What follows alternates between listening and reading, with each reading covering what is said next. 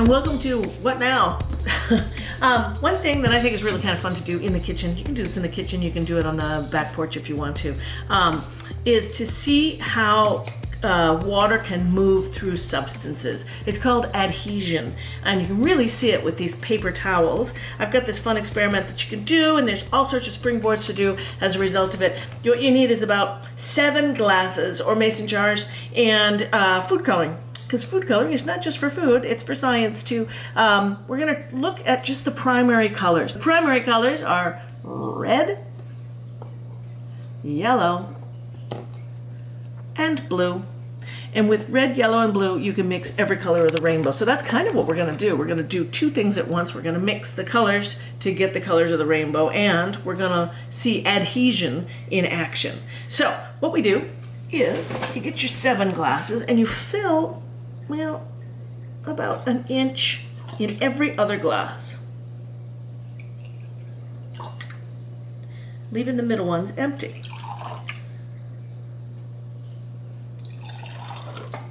Then, whoopsie, you're going to put red, a couple drops of red food coloring in the end, yellow in the next one,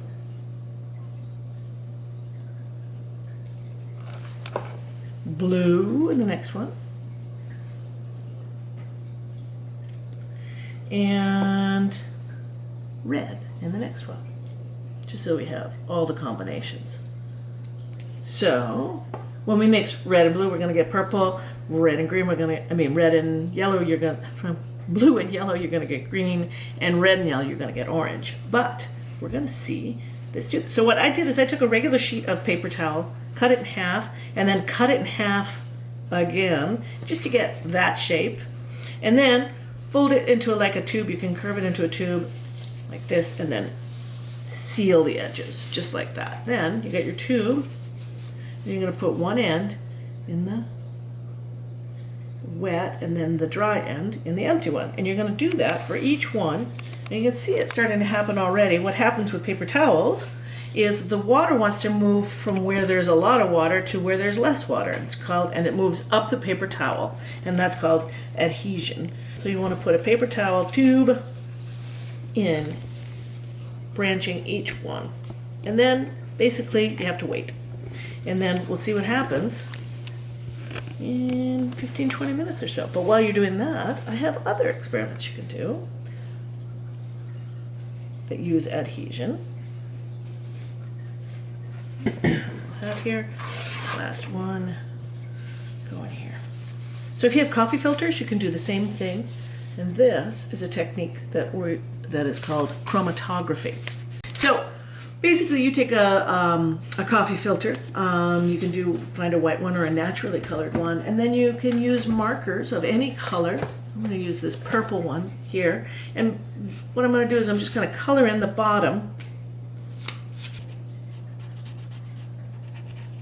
So I've got purple ink on that side. I'm going to go on the other side too.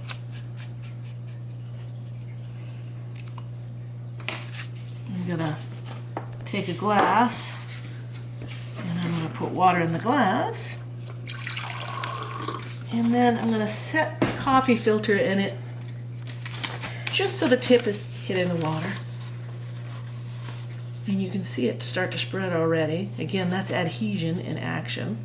But what's happening while the water moves up the coffee filter is that it's carrying the molecules of ink as well. And actually forensic scientists use this kind of technique all the time. It's called chromatography. And eventually it's going to pull up in such a way that it's going to separate the components that make up the color of this marker, and every single marker or pen has its own signature of design as it spreads up. So you're going to see this here. You can see it starting to move already up.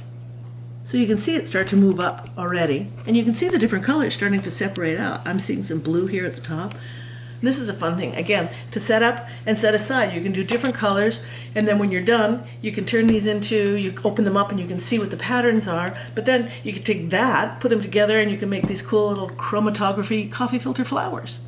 Another really fun one you can do with food coloring, an oldie but a goodie. You get a glass of water and a stalk of celery, put it in, and then put in a few drops food coloring. I'm gonna use blue because it's a nice contrast. And then I'm gonna let it sit and see what happens over time. So adhesion is really cool because it shows how the water molecules here are moving from a place that's a very concentrated area of water molecules up into a place that is less concentrated. And these holes in the paper towel actually kind of suck the water up. You can see it moving up here, and eventually this water is going to move up over and come into the glass next door. And the way we're going to be able to tell is we know that there's no water in here, but over time there will be some water that's pulled in, and it'll be interesting to see what colors we get. Time has passed. Time has passed, and you can tell because the water from this particular glass got sucked up through this paper towel and dumped in here, and then there was some in this, and that came across, and look, that's mixed to make purple. And you move down here, some of the blue came across here, landed in here, and some of the yellow came across here, and that mixed up to be green. And then you've got yellow coming from this one, and red coming from this one, and you got an orange color. And if we wait longer, the water will become even in every single glass because everything wants to be equal. So set it up in a place and let it do its thing. It's pretty cool. And where are we with our celery? Well, it's only been an hour or so, but you can see the little columns that are pulling up that blue. It's the xylem and the phloem, and those are the sort of blood vessels in a plant. So I pulled this filter out, and look, you can see that the colors of the ink are moving from a dark purple, you can see sort of almost a greenish there, and a dark blue into a reddish purple, which is really kind of cool. And then you can take this and tear it up, and you've got that. You can really see those changes now. So that's a few things you can do with food coloring sitting on the counter, and you can make chromatography. It could be forensic science, chromatography. Turn them into a little flower when it's done. Dry it up and put it in a little flower. You could do that. You can make a rainbow. Another cool thing that you can do with water in a glass is you can actually get a chopstick and then fill it at different levels, and you'll get different tones. What's kind of cool is if you do it like this and set it up so that you've got red, orange, yellow, green, blue, violet, then you can also compose songs if you want to. If you get them to the right tones and you make up some songs, you can write them down on your piece of paper, and you can say, you know, red, red, yellow, green, blue. So that's another fun thing to do. But there we go. That's the edition of What Now for today.